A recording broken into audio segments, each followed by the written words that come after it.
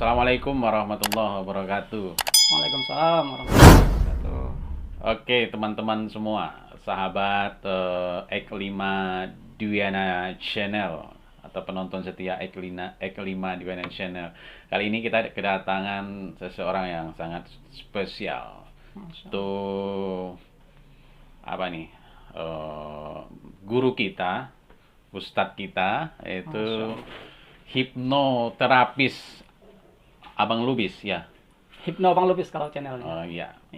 Ini menarik teman-teman. Sahabat setia penonton Ek5 Dwiana Channel. Ini sesuatu yang mengejutkan sebenarnya. Termasuk saya ya, sebenarnya sudah lama sekali mengenal beliau ini. Menyaksikan beliau yang dulu yang ketika masih di bangku sekolah ini seperti seseorang yang seperti lilin yang nyaris ini nih, Padam. yang nyaris padam. Tapi menerangi. Betul. Itu dulu ketika awal pertemuan dengan beliau. Tapi sekarang itu dia melebihi itu. Dia tuh seperti bintang-bintang di langit itu, bersinar.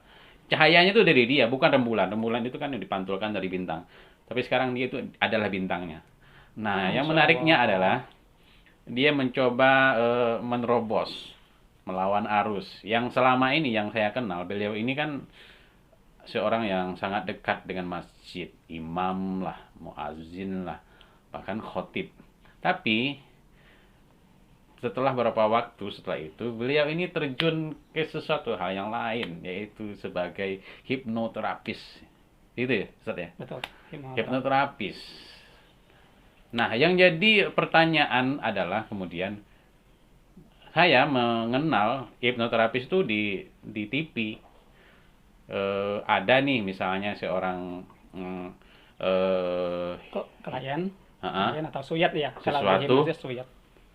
Terus pakai ini ya, tisu ya, thread gitu. Bisa. Terus bisa menyelesaikan, bisa melakukan kejujuran, membuka apapun yang dirahasiakan, kemudian memberikan efek nyaman pada dirinya. Itu yang saya pahami.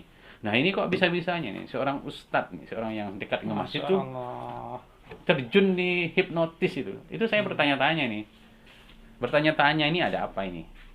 Apa ini tidak bertentangan dengan selama ini jalannya begitu panjang dijalani, kemudian tiba-tiba jadi seorang hipnotis itu. Iya. Itu bagaimana? Baik. Ya, jadi sebelum kita jelaskan apa itu hipnoterapi, ya memang kalau mendengar dari pernyataan dari Abang Buya tadi ya, yang dahulunya dekat dengan masjid, kemudian sekarang terjun ke hipnoterapi, seolah-olah ada dua hal yang kontradiksi di sini ya.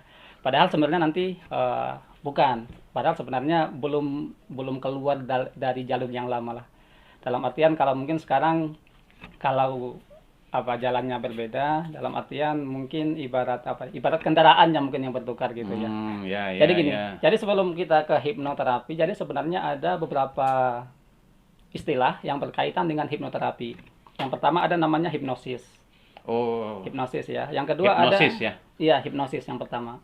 Kemudian hipnotis, ada lagi hipnotik, kemudian ada lagi nanti hipnoterapi, ada lagi. Berbeda ya. Berarti pertama tis, tik ya. Tik. Hipnosis, gitu. Hipnotis, hipnotik. Iya. Dan dasarnya sebenarnya cuma satu itu, cuma satu hipnosis, tapi bisa dikembangkan sesuai dengan kebutuhan, sesuai dengan profesi. Kalau orang tua ke hipnoparenting, kalau guru ke hipnoteaching, kalau motivasi ke hipnomotivasi, kalau untuk terapi pengobatan ke hipnoterapi. Jadi dia modal dasarnya itu adalah dengan hipnosis. Jadi gini, orang yang bisa hipnosis, dia belum tentu bisa hipnoterapi. Akan tetapi orang yang bisa hipnoterapi, sudah pasti dia bisa hipnotis. Jadi seperti itu ya. Berarti si hipnoterapi ini, itu ini ya, maksudnya melingkupi semua disiplin ilmu yang ada di sini, maksudnya. Hipnosisnya. Kalau terapinya khusus untuk terapi, misalkan untuk fobia, kemudian trauma, kemudian untuk membuat pikiran lebih tenang, lebih nyaman, kemudian ya seperti itu kita untuk terapi itu. Jadi kalau basicnya di hipnosis itu ya. Yang pertama hipnosis. Hipnosis itu dia ilmu tentang hipnotisnya. Hipnosis. Jadi selama ini kan kita paling sering dengarnya hipnotis ya. Ya. Hipnotis. Itu sangat kalau populer. hipnosis jarang ya. Nah, jarang. Saya malah baru dengar ini. Baru dengar Bang Buya ya. Iya. Jadi kalau ya itu Bang benar, kalau misalkan kita cari di internet pun yang paling banyak hipnotis itu daripada hipnosis. Tapi sebenarnya ada perbedaan antara istilah itu. Pertama, hipnosis dia ilmu tentang hipnotis.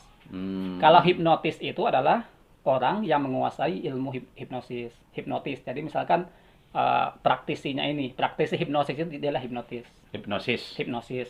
Kalau hipnotik itu sesuatu yang mengandung unsur hipnosis. Misalkan nih, biasanya ada gambar bergerak yang biasanya muter-muter itu ya. Seperti itu kan, itu ada kayak unsur ininya. Ya. Atau biasanya ada juga misalkan ya, pakai inilah, misalkan pakai kalung ya, atau gimana. Misalkan kalau lama-lama diperhatiin nanti, nah insya Allah nanti fokusnya bisa dilatih di sini. Tapi nanti lah kita lanjut ya. Kita jelaskan dulu istilahnya ya. Ya. Nah, kemudian hipnoterapi itu hipnosis untuk terapi. Tadi trauma, fobia, kemudian biar orang lebih pede, kemudian biar orang lebih optimis dalam menatap masa depan, seperti itu. Kalau hypnoparenting, yaitu tadi, misalkan untuk membangun komunikasi orang tua dengan anak, hypnoteaching antara guru dengan siswa. Kemudian ada lagi hipnomotivasi ya untuk ya meningkatkan semangat bekerja atau semangat belajar dan lain sebagainya, seperti itu. Jadi pada dasarnya basicnya itu di hipnosis itu.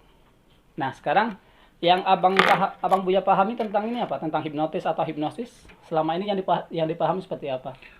Ya itu, saya tuh banyak terpengaruh gara-gara, bukan saya ini ya, suka nonton sinetron ya. Iya. Tapi itu media mungkin ya, tapi media ya. Jadi yang tak pahami itu hipnotis itu ya itu menghipnotis orang. Menghipnotis orang, membuat orang lupa dengan apa, membuat orang lupa dengan alam sadarnya gitu loh. Iya. Jadi dia lupa. Misalnya nih kasus nih kemarin nih. Iya. Ada kasus nih teman ngopi sih sebenarnya. Dia tuh cerita, Iya. wah saya habis di hipnotis nih gitu. Iya. Di mana katanya di bandara, nggak salah bandara ini, bandara Solo. Iya. Jadi dia itu baru sadar-sadarnya ini besoknya kayak orang bingung. Besoknya. Jadi dia nggak salah itu Isa sampai di terminal. Iya. Pak besoknya dia pagi-pagi bangun itu kayak orang bingung katanya. Dia baru sadar tuh ketika berapa jam setelah itu. Iya. Nah itu udah nggak ada semua nih, tas, dompet, HP. Iya. Nah, saya tuh yang tak pahami kayak gitu. Iya. Hipnotis ya gitu. Berarti memang ya selama ini juga informasi yang kita dapatkan memang masih banyak yang salah paham tentang hipnosis itu. Ya. Sebenarnya kalau yang dicontohkan peristiwa tadi itu bukan hipnotis, itu bukan hipnosis. Tapi dalam artian ada orang atau oknum yang memanfaatkan seseorang ketika dia berada di alam bawah sadarnya dia. Jadi ketika orang ngantuk, berarti itu bukan hipnotis. Bukan, yang dikatakan hipnotis tuh bukan seperti itu, bukan hipnosis itu bukan itu sebenarnya. Jadi di hipnosis itu dia bisa terlaksana harus ada syaratnya. Ada syaratnya, setidaknya ada 3 syarat nanti. Kemudian syarat yang pertama itu dia harus mau dulu.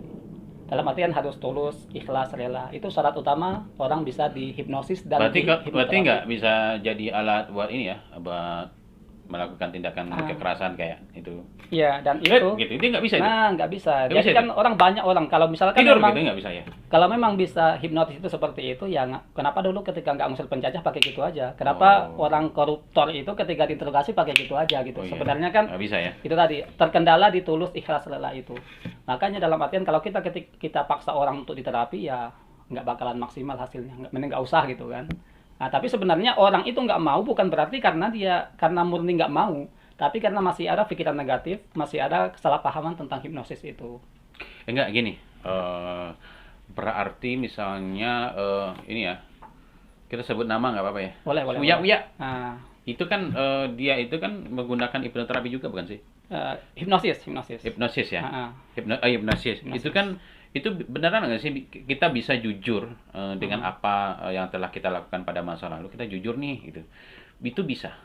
Jadi sebenarnya orang ketika digiring atau dikondisikan untuk memasuki alam bawah sadarnya itu bukan berarti kita kendalikan secara 100% secara penuh. Enggak.